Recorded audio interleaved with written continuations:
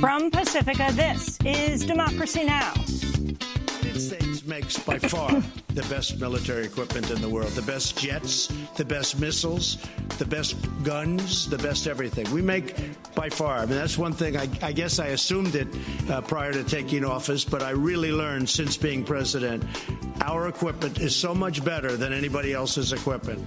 At the NATO summit, President Trump calls on member states to double their military spending to 4%, making clear where he wants that money to go. We'll speak with Katrina vanden Heuvel, editor and publisher of The Nation magazine.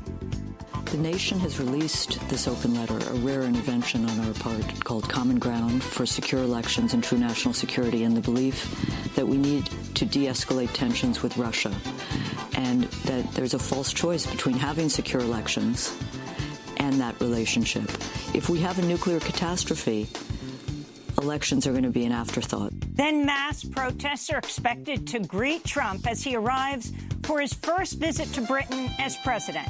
Protesters will float a 20-foot-long giant baby Trump blimp outside Parliament that will show the president as an angry orange baby wearing a diaper and clutching a cell phone ready to tweet. The Trump baby represents a whole multitude of campaigns and issues. This isn't just about mocking him. This is actually about drawing attention to his policies that are having very real impacts on real lives, not just in the US, but all over the world. We'll speak with Sheila Menon, one of the blimp organizers, and with Guardian columnist George Monbiot. All that and more coming up.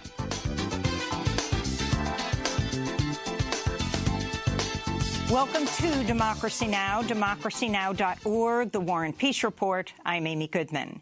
President Trump called Wednesday on NATO member nations to increase their military spending to 4% of gross domestic product, doubling his previous demand they meet targets of 2% by January. Trump's comments, made during a tense NATO summit in Brussels, reportedly prompted the military alliance to call an emergency session to respond to the demands. The Washington Post reports Trump said the U.S. was prepared to go it alone and threatened to, quote, do his own thing unless the target is met. On Wednesday, NATO Secretary General Jens Stoltenberg downplayed reports of tensions with Trump, even as he said NATO members are prepared to increase military spending. Of course, President Trump has a very direct language and message on defense spending, but fundamentally we all agree. Speaking to reporters as NATO talks wrapped up today, Trump touted the visit as a success and boasted about future weapon sales to NATO allies. The United States makes by far the best military equipment in the world, the best jets, the best missiles, the best guns, the best everything. We make by far. I mean, that's one thing. I guess I assumed it prior to taking office, but I really learned since being president, our equipment is so much better than anybody else's equipment. When you look at our companies, Lockheed and Boeing and Grumman, what the material, the equipment that we make is so far superior. Everybody wants to buy our equipment. In fact, it's a question, can they make it? Because they are doing very well. Can they make it for so many people? So we are helping some of those countries get online and buy the best equipment. President Trump will now head to the United Kingdom, where mass protests are expected to greet him as he arrives for his first visit to the country as president. Demonstrators say hundreds of thousands of people are planning to take to the streets tonight and tomorrow and are planning to float a giant balloon caricature of Trump outside Parliament. Trump's UK visit comes ahead of a planned summit with Russian President Vladimir Putin in Helsinki on July 16th. We'll have more on President Trump, NATO, Russia, and the protests in the UK after headlines. The Trump administration says it's working to speed up the reunification of immigrant families. The Trump administration separated at the U.S.-Mexico border after it missed Tuesday's court-imposed deadline of returning 102 children under the age of 5 to their parents. As of Wednesday, the administration has reunited just 34 of the children. Among those recently reunited were Javier Garrido Martinez and his 4-year-old son Martinez spoke to reporters in New York Wednesday. I never imagined they would separate me. When I came in, they took my biometrics and they told me the president changed a couple of laws and the kids were going to be separated. They told me that someone might have adopted my son and that I would never be able to see him again. This comes as the Daily Beast reports the Trump administration told immigrant mothers they have to pay as much as $800 for DNA tests in order to be reunited with their children. And documents obtained by the news site Slate showed the Trump administration's planning to draw down funding for HIV/AIDS care to pay for detaining immigrant children. 9 immigrant women who were arrested by ICE agents during the summer of 2017 say in a new lawsuit they were shackled and held in a hot, windowless van for hours, leaving them fainting, vomiting, struggling to breathe, and expecting to die. A lawsuit filed Tuesday by the American Civil Liberties Union on behalf of the women in Northern California says the women were also denied food and water for about 12 hours during the summer heat last July 17th. Meanwhile, the U.S. military and CIA contractor MVM has admitted it detained migrant children overnight inside a vacant Phoenix office building with dark windows, no kitchen, and only a few toilets.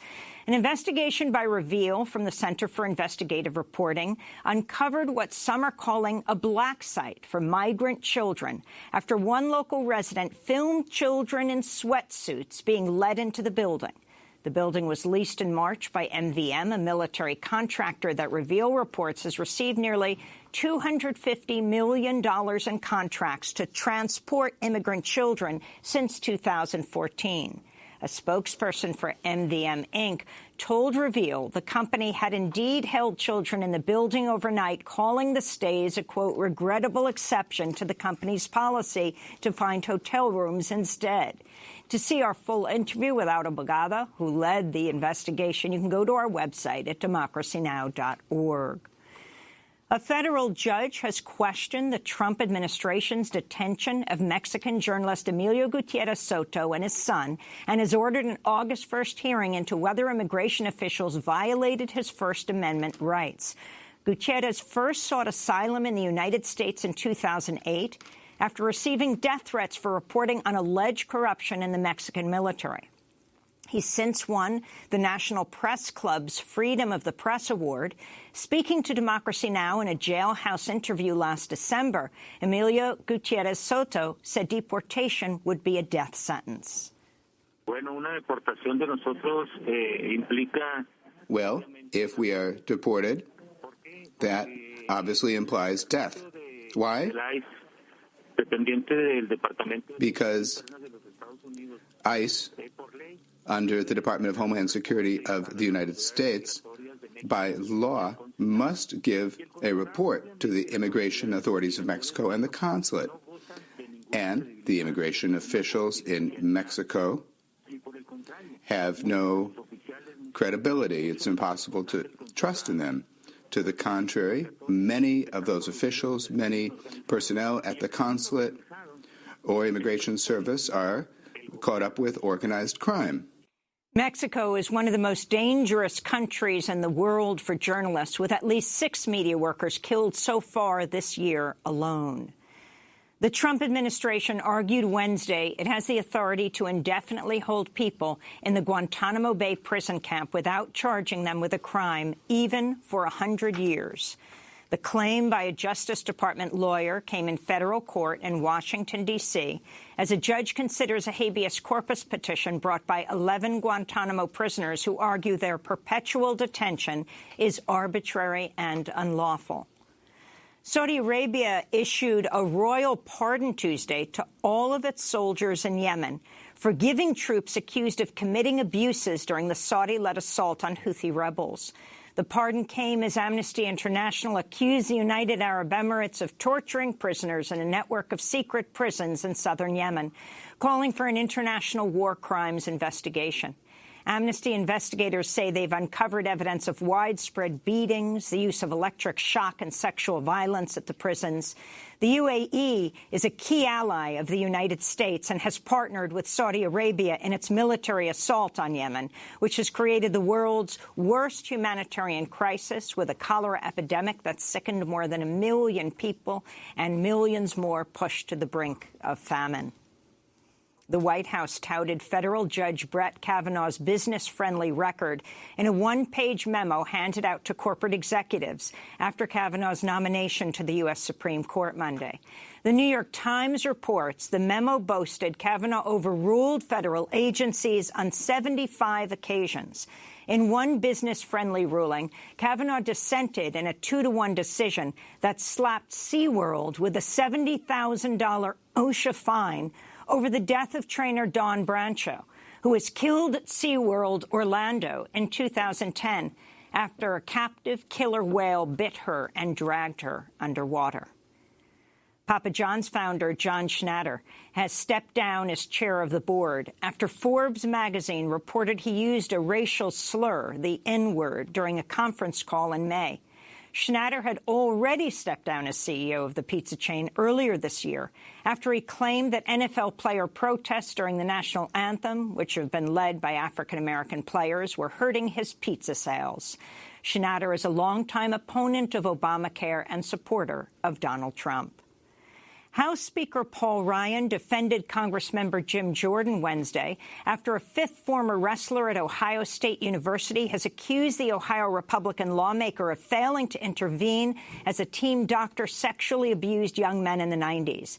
The men allege former team doctor Richard Strauss groped players on multiple occasions and that Jordan, who was then serving as an assistant coach on the wrestling team, must have known about the molestation. Jordan, who's been floated as a possible replacement for outgoing Speaker of the House, Paul Ryan, has denied any knowledge of sexual abuses. This is Speaker Ryan at a Capitol Hill news conference Wednesday. Jim Jordan is a friend of mine. We haven't always agreed with each other over the years, but I've always known Jim Jordan to be a man of honesty and a man of integrity. President Trump's former campaign chair, Paul Manafort, privately boasted of receiving VIP treatment in jail, contradicting his public complaints about jail conditions and his claims that his access to lawyers was limited. In a court filing, lawyers with special counsel Robert Mueller's investigation said Manafort made the comment and monitored prison phone calls. The lawyers say Manafort has had easy access to his lawyers as he's been held in a living unit larger than cells given to other prisoners with access to a private bathroom and shower. They say Manafort has not been required to wear a prison uniform and has a private telephone, a separate workspace, and access to 2 laptops. Manafort faces charges of tax fraud, bank fraud, money laundering, witness tampering, and failing to register as a foreign agent. Nevada canceled a planned execution Wednesday, just hours before Scott Dozier was scheduled to die by lethal injection. The execution was halted after a pharmaceutical company successfully sued to prevent the use of its drug, midazolam, to be used as part of a 3-drug lethal cocktail. During a court hearing on Wednesday, Alvogen pharmaceutical attorney Todd Bice said that the sedative is not approved for use in executions and said the Nevada Department of Corrections illegally obtained the drug. Reputational and goodwill harm that is being proposed here is very serious for a business, particularly a pharmaceutical company whose entire mission and business purpose is to create and market and sell products that are designed to enhance and prolong people's lives. And the use of those products to do the exact opposite, and then to have media coverage and their name associated with this, particularly when this drug, there is a risk of even what's being characterized as botched executions, is highly harmful to any business. The condemned prisoner, Scott Dozier, had said he prefers to die than to remain on death row.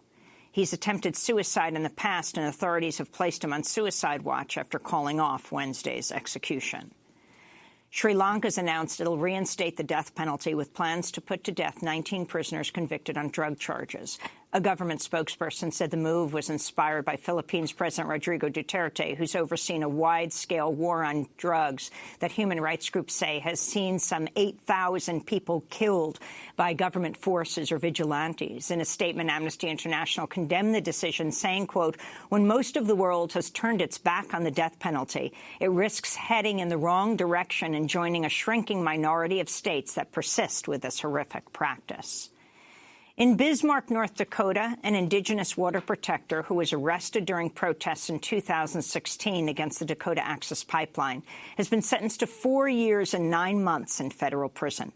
Prosecutors said Red Fawn Fallis fired 3 shots from a handgun as police in riot gear wielding batons surrounded her to make an arrest October 27th amidst mass protests against the pipeline. Red Fawn was one of 761 people arrested during the indigenous-led resistance to the pipeline in 2016 and 17. And in Manitoba, Canada, First Nations activists have set up an Indigenous prayer camp near the U.S. border in a bid to stop construction of the Enbridge Line 3 oil pipeline. The proposed line would carry tar sands oil from Alberta, Canada, to a terminal in Superior, Wisconsin. On Wednesday, activists opened the Spirit of the Buffalo camp near the city of Gretna, south of Winnipeg, within sight of a construction crew operating across the border in North Dakota. In a statement, members of the group invited protesters to join their efforts to stop the pipeline, calling it a direct violation of the United Nations Declaration of Indigenous Peoples' Rights, adding, quote, the camp also calls for an end to tar sands expansion and infrastructure that'll lock humanity into future carbon emissions the planet cannot afford in the face of climate change. And those are some of the headlines. This is Democracy Now!, democracynow.org, The War and Peace Report. I'm Amy Goodman. And I'm Nermeen Sheikh. Welcome to our listeners and viewers around the country and around the world. President Trump has called on NATO member states to increase their military spending to 4% of gross domestic product, doubling his previous demand that they meet targets of 2% by January. Trump's comments, made during a tense NATO summit in Brussels, reportedly prompted the military alliance to call an emergency session to respond to the demands. The Washington Post reports Trump said the U.S. was prepared to, quote, go it alone, and threatened to, quote, do his own thing unless the target was met. On Wednesday, NATO Secretary General Jens Stoltenberg downplayed reports of tensions with Trump, even as he said NATO members were prepared to increase military spending. Of course, President Trump has a very direct language and message on defense spending, but fundamentally we all agree. Speaking to reporters as NATO talks wrapped up today, Trump touted the visit as a success and boasted about future weapons sales to NATO allies. The United States makes by far the best military equipment in the world, the best jets, the best missiles, the best guns, the best everything. We make by far. I mean, that's one thing. I guess I assumed it prior to taking office, but I really learned since being president, our equipment is so much better than anybody else's equipment. When you look at our companies, Lockheed and Boeing and Grumman, what the material, the equipment that we make is so far superior. Everybody wants to buy our equipment. In fact, it's a question, can they make it? Because they are doing very well. Can they make it for so many people? So we are helping some of those countries get online and buy the best equipment. Meanwhile, anti-war groups protested outside the NATO meeting. We are protesting the growing militarism of the EU and NATO member states' role in fueling conflict and repression against the war around the world. We also want to see the US take back its nuclear weapons that have been hosted on Belgian soil for the last 60 years, and for the Belgian government to sign the nuclear ban treaty that was ratified last year in the United Nations. President Trump is now flying to Britain, where he faces mass protests, and then will then go to Scotland and meet on Monday in Finland with Russian President Vladimir Putin. To talk more about all of this, about President Trump, NATO and Russia, we're joined by Katrina vanden Heuvel, editor and publisher of The Nation magazine, also co-signer of a new open letter published Wednesday in The Nation, headlined Common Ground for Secure Elections and True National Security. The letter is also signed by Daniel Ellsberg, Gloria Steinem, Noam Chomsky, Governor Bill Richardson, the Reverend Dr. William Barber, Michael Moore, among others. Katrina, welcome back to Democracy Now! Talk about what you're calling for, and then we'll talk about your assessment of this NATO meeting. So in this toxic political and media environment, our open letter is calling for secure elections and an end to the spiraling escalation of conflict with Russia. We believe you can have secure elections and avoid nuclear catastrophe. U.S.-Russian relations, Amy, and this relates to the NATO discussion, are at their lowest point perhaps in 30 years. And I think in this country, the talk of Russia as a hostile power, as declaring war on us, I find this hyperbolic. I think we are a resilient nation, and I think some of the gravest dangers to our election system have come from the pollution of dark money, voter suppression, gerrymandering. So we need to focus on securing our elections. Let us have cyber treaties that both deal with that and as well with command and control. But I also think that we need, and this is neither pro-Trump nor pro-Putin, it is simply common sense that we need a working relationship with Russia to dial down nuclear peril, to resolve the Ukrainian crisis, to try and bring some humanitarian assistance to Syria. There are a whole set of issues. But the nuclear issue, I think, has been forgotten by many as a truly perilous one. Daniel Ellsberg's book, The Doomsday Machine, speaks to that. Former Clinton Defense Secretary William Perry has said this is the most perilous nuclear moment he's ever seen. And the Bulletin of Atomic Scientists, as you may know, moved the doomsday clock, I think it was earlier this year, to suggest this is the most dangerous nuclear moment between the two superpowers, nuclear superpowers. So I think our letter is an intervention by those who don't necessarily agree on all, but understand that there is a perilous moment we need to address. Now, some might be surprised that you're saying that the U.S. is at an all-time low, or a 30-year low with relations with Russia, that what you're describing as seeing him in as the enemy is much more what the Democrats are doing, and that what President Trump has done now, saying he is not the enemy, Putin, he perhaps is a competitor, has made the NATO allies the enemy. So it's a complicated moment, as you well know. We need to keep our bearings, it seems to me, as progressives, as people of the left, as people opposed to militarism as a response to threats or challenges. And I think what Trump has done, and you see it with NATO, it is a false, his impulsive belligerence is to be, he looks like America's arms salesman as he speaks in Brussels. But at the same time, I would argue that the bipartisan establishment consensus is bankrupt. And NATO is a military alliance in search of a mission. For example, the misadventures, to speak mildly, in Afghanistan, our longest-running war, or in Libya, regime change should not be America's foreign policy. This is what an institution, a military institution, not a coffee klatch, went in search of at the end of the first Cold War. When the Soviet Union collapsed, the Berlin Wall came down, George H.W. Bush promised then Russian leader Gorbachev NATO would not expand 1 inch eastward. It has expanded to Russia's borders over these last years. It has been counterproductive. It has been provocative. And instead of creating a defensive alliance, what Europe, the United States did with NATO was seek new misadventures. I would argue right now the most important thing coming out of the NATO summit is not a 4% increase, which is more militarization, leaving us less to deal with catastrophic climate change or global inequality, but put a moratorium on NATO expansion. Ukraine and Georgia's independence should be assured. Build down NATO forces on Russia's border, suspend these military exercises, which are not only provocative but are dangerous in that they could lead to accidental confrontation, nuclear, in fact. So that there are a whole series of measures that I think could come out of this NATO summit. What's tragic is that we have a president who is calling for an increase in military funding at a time when we know the challenges of our time demand far different approaches.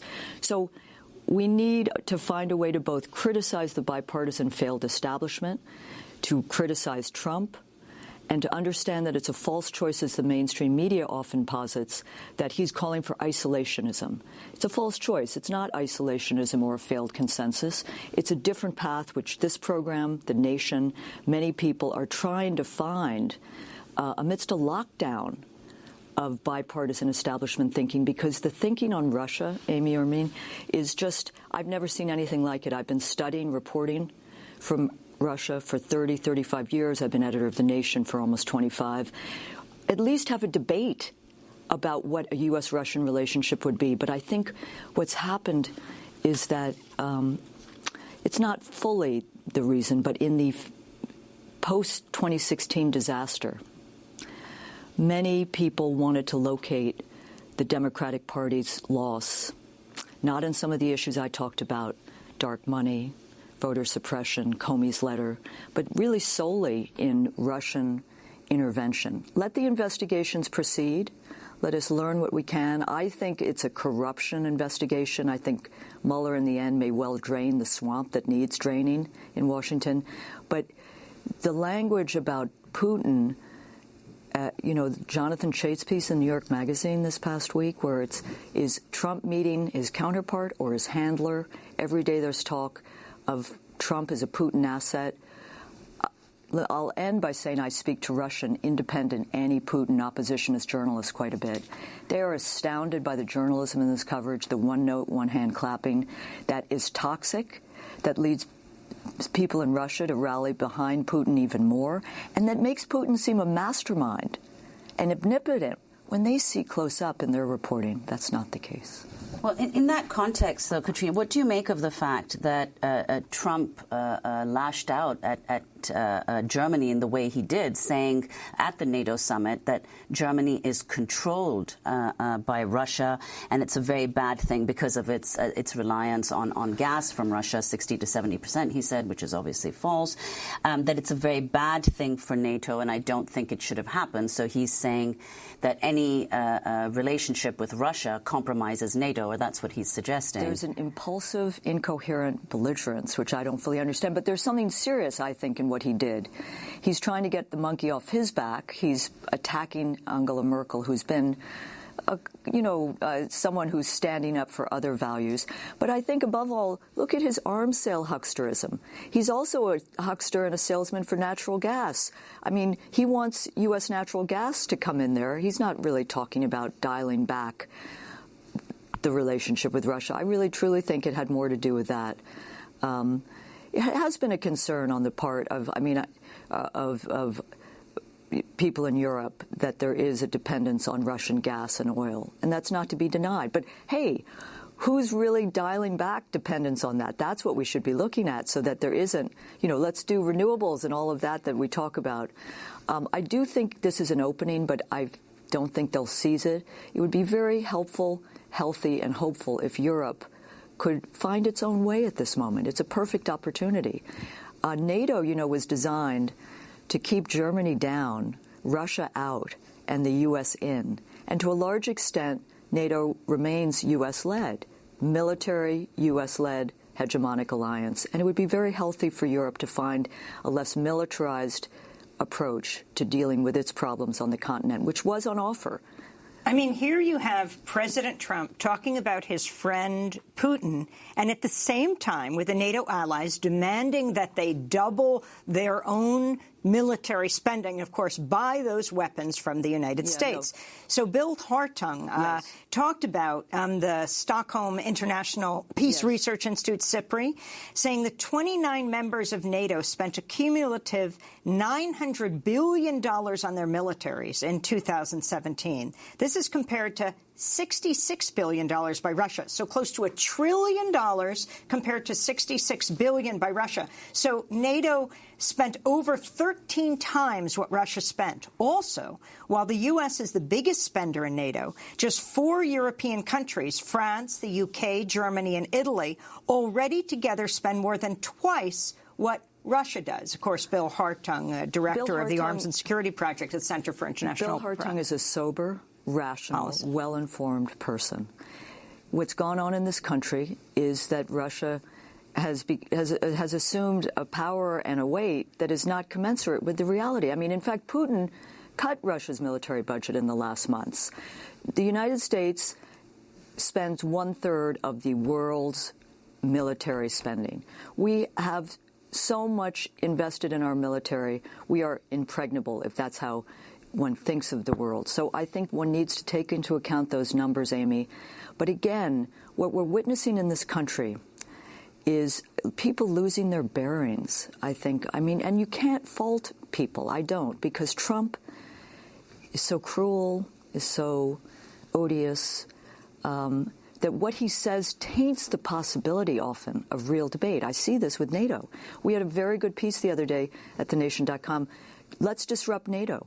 But it's difficult to do when Trump is trying to disrupt NATO, because you have to step back and say, this is our way of disruption. So, should NATO be abolished? So, you know, in principle, I think NATO should have been abolished at the end of the first Cold War. I think at this stage, what it needs to do is be redirected to be less militarized, to find different engagement. Should Russia be a part of it? Let me go back to what could have been. It's a great squandered opportunity, what happened at the end of the Cold War. Gorbachev spoke of a zone of peace from Vladivostok to Lisbon to demilitarize. The Warsaw Pact, the Russia's military alliance, was dissolved. And I think, at a minimum, I think we should begin to see a different kind of funding structure for NATO. We should commit to no NATO expansion, no further NATO expansion, as I said earlier, and end those provocative NATO military exercises on Russia's border. One article in The Nation yesterday does call for its abolition. Reform is not enough. Let's work toward it. It's not on the radar right now, but, you know, these are aspirations and fights we should have. And I think that the security of Europe and the United States and globally should increasingly be demilitarized and moved into different institutions. The kind of fetish for this post-World War II liberal international order is, again, what I'm talking about as part of the bipartisan establishment. Many of those institutions didn't work that well, in my view. You know, WTO, IMF, NATO.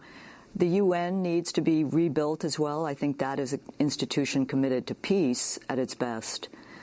But, you know, I think we're at a moment where I think this country is open to a different engagement with the world. It's not anti-war, but it's against the endless wars that NATO has been part of, that too many administrations have waged.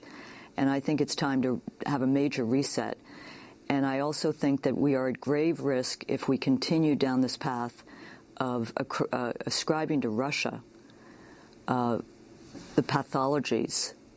We have uniquely American pathologies. It seems to me that in ascribing these to Russia, for example, Russia's sowing discord. Well, you know, the best activists do that. They sow discord. Is that what we're really frightened of? Are we not a strong nation? So I think we lose ourselves if we go down this rabbit hole of blaming Russia for what are uniquely American pathologies, and I would include Donald Trump as one of those. But what do you expect to happen at the summit next to the meeting between Putin on Monday? I expect it will be a small step summit. The atmosphere, the relationship is at such a low ebb, but I do think we'll see steps on arms control. At a minimum, you could see the extension of the START arms control treaty. Now, Trump has, if Obama did it, I'm going to wreck it mentality, but he should remember that Republican presidents have extended arms control treaties, 6 Republican secretaries of state. I think that will be the main step forward. I don't see, I mean, you could see the United States joining the Minsk II Accords to kind of begin to dial down violence in Ukraine and bring autonomy to eastern Ukraine. But I think it's going to be arms control, as any steps that could be taken should be taken. And finally, the Democrats taking the position both on North Korea and on Russia, being the ones to say, stop this, don't push for peace, don't try to make agreements. This is where, Amy, I think the hyper-politicization is so painful to watch, because there are some Democrats. Ro Khanna is one who has really spoken for restraint and realism, tried to keep his head and bearings. He has an interesting amendment coming, I think, this week. The Silicon Valley Congressman, first term, but about trying to ensure that the United States doesn't interfere in other countries' elections, something we haven't talked about. I mean, we've done a lot. I mean, 80 countries since 1945, not counting Iran and Chile. But that the Democratic Party is becoming the party of Cold War, of opposing dialogue and diplomacy, is, I think, something that needs to have a real reset moving forward into the 2018-2020 elections. We're going to break, and we're going to go to Britain, but we'd like to ask you to stay with us, because by the end of the program, I hope we can talk with George Monbiot about his observation of U.S. politics, and particularly a progressive wave that he's seeing across the pond from his perspective in Britain, looking at the United States. Katrina vanden Heuvel is our guest, editor and publisher of The Nation. We will link to the letter that she and a number of others signed, including Noam Chomsky and Dan Ellsberg and Gloria Steinem, calling for a reassessment of the U.S.-Russia relationship. This is Democracy Now! When we come back, we go to Britain. Stay with us.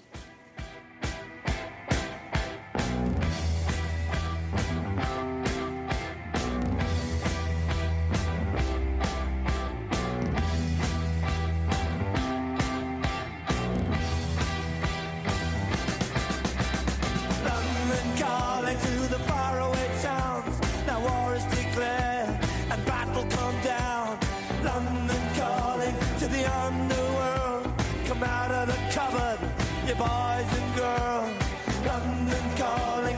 Now don't look to us. Phony Beatlemania has bitten the dust. London calling. See, we ain't got no swing except for the rain and the truncheon thing. The ice age is coming. The sun's zooming in. Meltdown expected. The wheat is going thin. Engines stop running, but I have no fear, 'cause London is drowning.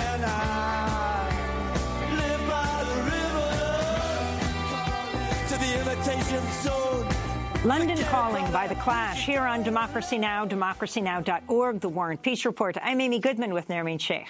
We go now to Britain, where mass protests are expected to greet President Trump as he arrives for his first visit to the country as president. Demonstrators say that hundreds of thousands of people are planning to take to the streets tonight and tomorrow. In London, protesters will float a 20-foot-long giant baby Trump blimp outside Parliament.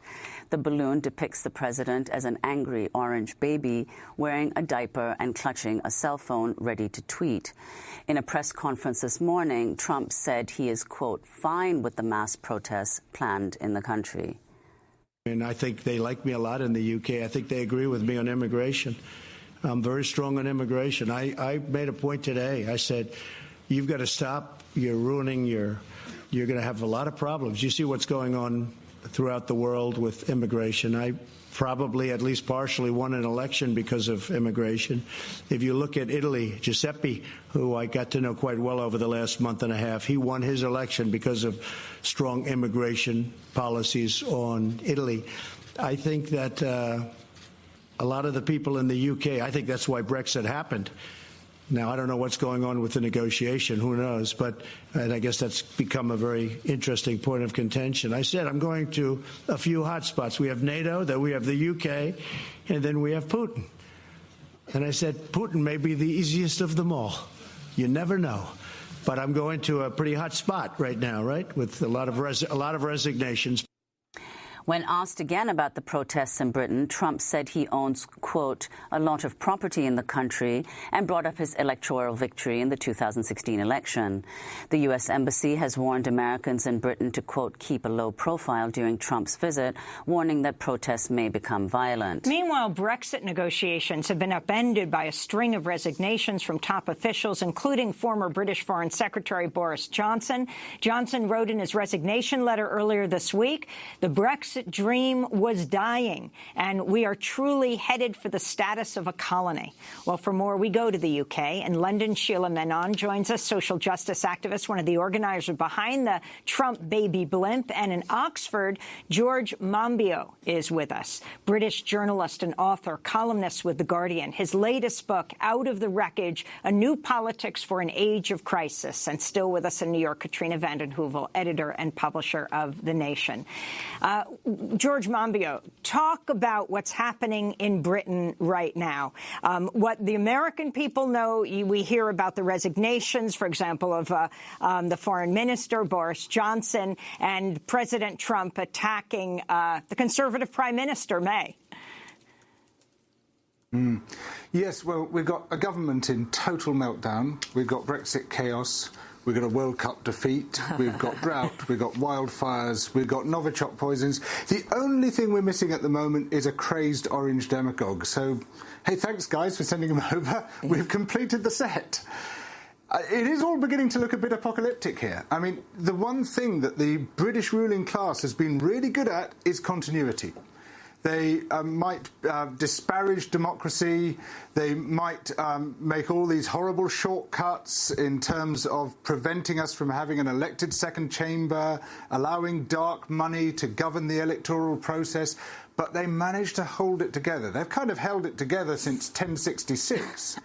But they are completely falling apart in front of our eyes. It's just an amazing thing. And there have been leaked memos over the last couple of days showing that the government is making preparations for stockpiling processed food, for sticking barges in the Irish Sea covered in generators to supply our electricity. The arrangements they've got for creating smooth customs once we get out of the European Union rely on vaporware. They haven't got any of the technology they say that they're going to have to deploy to allow the borders to remain functional and goods to be able to pass one way or the other. The whole thing is just melting down into total confusion and apparent catastrophe. So we're in a very weird place. This was meant to be a very stable nation. You know, they sort of kept it running through thick and thin. Now it is literally falling apart in front of our eyes. And George Monbiot, what do you think the impact will be? I mean, earlier Trump yesterday said that he always liked Boris Johnson, the foreign secretary who just resigned earlier this week. He said Britain is in turmoil. And today, the British government is expected to release its white paper setting out what Theresa May's plan is for Britain's relationship with the EU following Brexit. Yeah. Well, Trump and Boris Johnson are birds of a feather. They're both duplicitous. They are untrustworthy. They're entirely self-interested. They've got no national interest in view at all. It's entirely about what they can extract from a particular situation. And Johnson just changes his views and changes his approach according to how he thinks he can game the system. I think he might have overreached himself this time. He is probably dead, but these people do have a zombie-like quality of continually returning into politics after you think you've finished them off.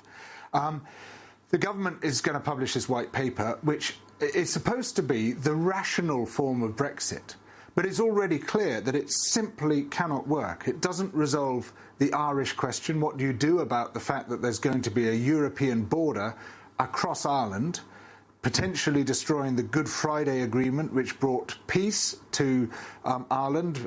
We've got the Republic to the south. You've got Northern Ireland, part of the United Kingdom, to the north. There were huge sectarian divides. Those were kind of sorted out by the Good Friday Agreement. That is now in serious jeopardy. We simply don't know what we're going to do about customs. What we had was a massive campaign in which none of the detail was discussed, in which people were induced to vote leave through a few trigger words, a few symbols and sensations and slogans. But the really important stuff is in the detail. How are you going to do this? And no one has a flying clue about how they're going to do it. Not Theresa May, not Boris Johnson, not the soft Brexiters, not the hard Brexiters. They are like a ship without a rudder. What about Nigel Farage? When Donald Trump was elected president, but still in New York before he became president, one of the first people to visit him, if not the first foreign leader to visit him, if you can call Nigel Farage that, was Farage, the former leader of the right-wing populist party, UKIP, you know, the UK Independence Party. British tabloids have reported that he's been prevented by Prime Minister May's government from meeting with Trump during this visit to Britain. And if you can talk about the significance of what this visit means, where Trump is going with the mass protests in London, the major meetings will take place outside of London.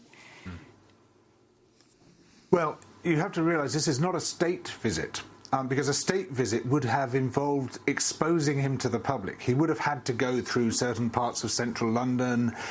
It would have been seen as something which reflected on the British government.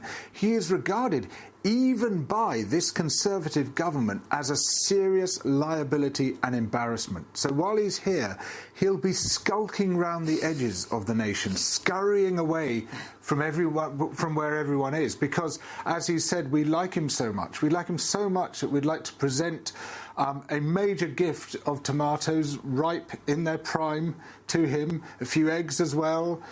We'd like to let him know just how much we appreciate his presence here. And if he really believed that we liked him that much, I'm sure he would embrace the opportunity to engage with us on that level. But everywhere he goes, people are going to try to get as close as possible. He will be dogged by massive protests. Now, you asked about Nigel Farage.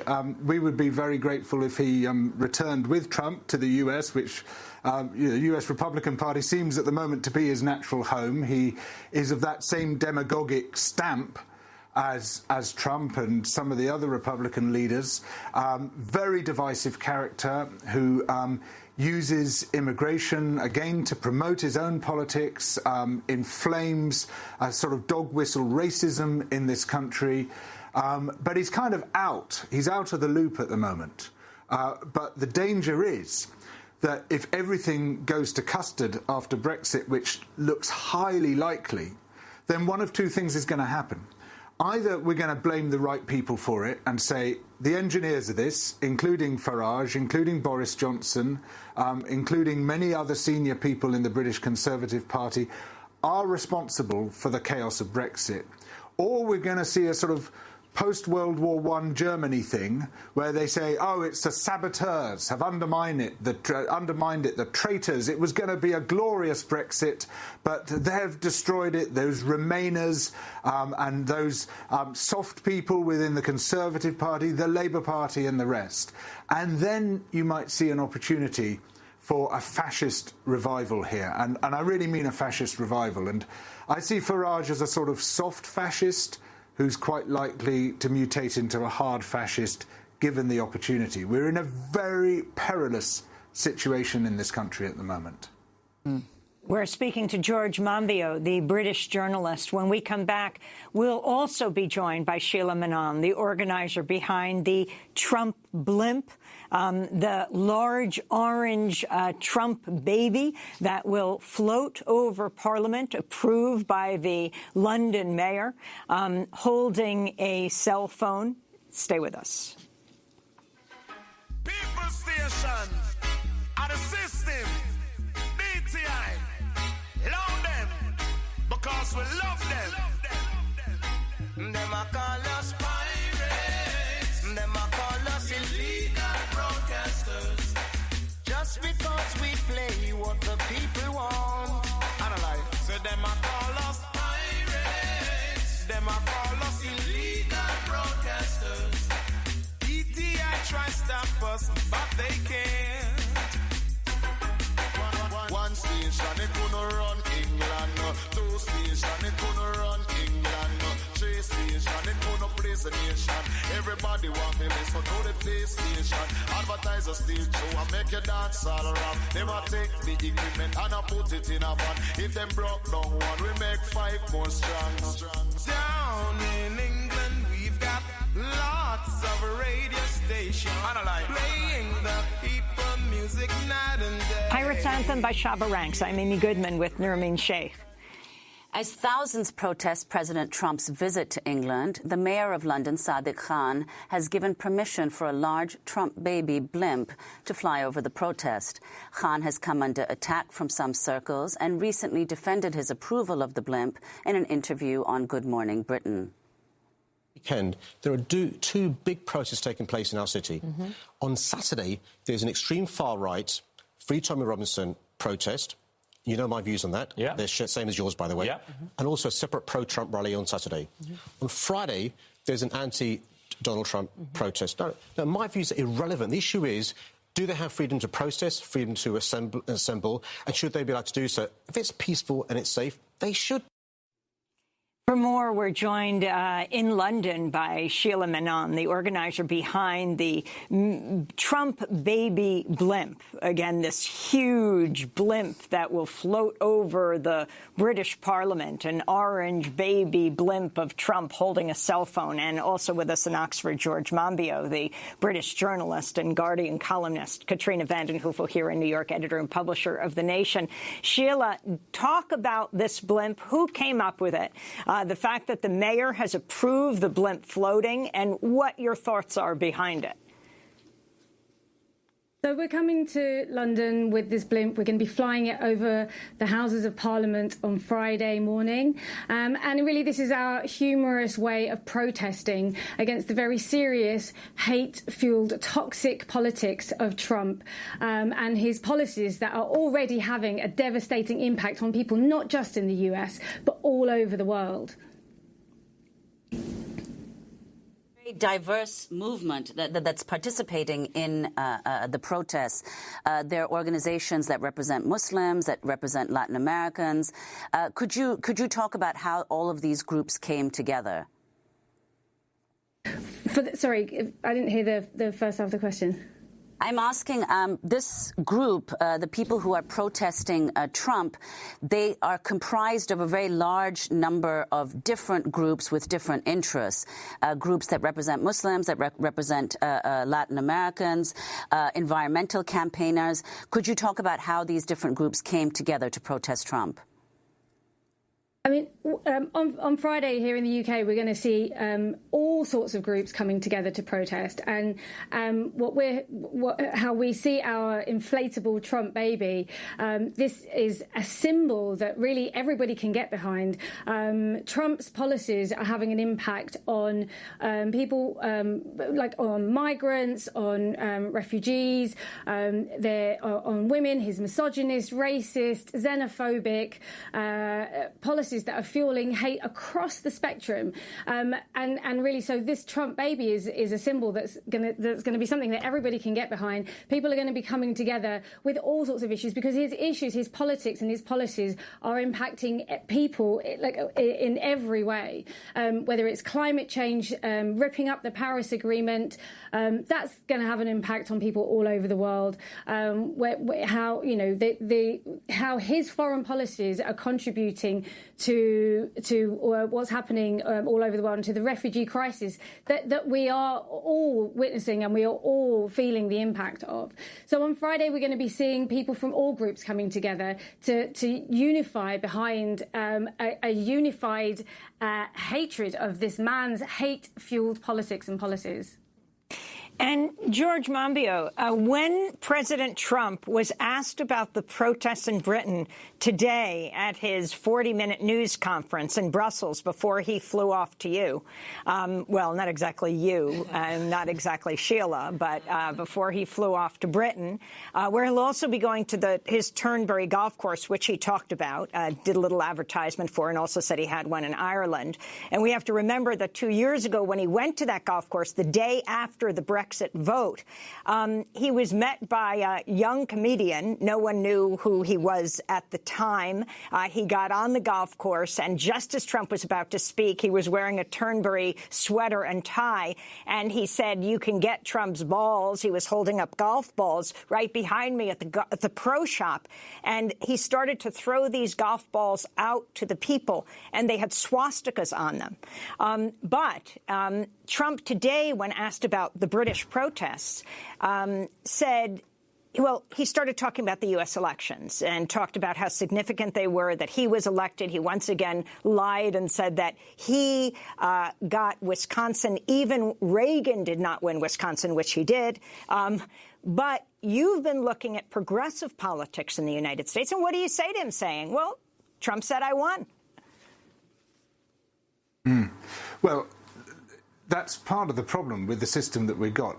Your president or government can look back to a single decision made once by the people and then justify everything that takes place following that. This is why I feel we desperately need to temper representative democracy with participatory democracy, so that we have an ongoing role in decision-making. And they can't just say, I won so I can do what I want for the whole of the rest of my term. Now, what I see going on in America is very hopeful. It's very similar to what's happened with the Labour Party here in the UK, in that there is a sweeping grassroots movement which is finally taking the Democratic Party by the lapels and shaking it and saying, hey guys, sticking with neoliberalism, sticking with policies which were scarcely distinguishable from those of the Republicans is not going to cut it. It's not going to work electorally, and it's not going to work in terms of the policy changes that we need to see. And the election of Alexandria Ocasio-Cortez, which is thrilling in its own right, turns out to be just part of a much bigger movement, a movement which goes right back to the beginning of 2017 with the foundation first of brand new Congress, then with the Justice Democrats, who are now fighting similar battles right across the Union. And we in the UK are watching this and seeing the beginnings of what we think could be a very major global transformation. The use of a combination of networked mass movements, big organising tactics of the kind pioneered during the Sanders campaign, picked up over here in the UK by the Corbyn campaign, a real rootedness in community and awareness that it's got to be genuine grassroots. You've got to build up strong communities, even on the non-political side, but out of that participatory culture, you develop a politics from which people are not going to back down. You allow people to articulate the changes that they need and then feed that up into the electoral process. And the long-term hope, as we perceive it from over here, is that the transformation of the Democratic Party this promises will lead, first of all, to some very significant Democratic wins and eventually to the repeal of Citizens United, a fair political funding system and a much more progressive and inclusive political system in the US and elsewhere in the world. You're talking about Alexandria Ocasio-Cortez, who beat the number 4 most powerful Democrat in the House. Joe Crowley has rocked the Democratic Party.